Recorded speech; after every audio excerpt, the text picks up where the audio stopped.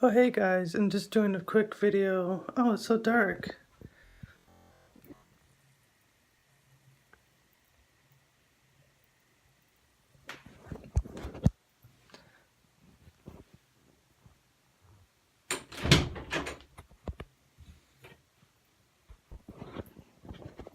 So, we had to keep our water running for like 48 hours.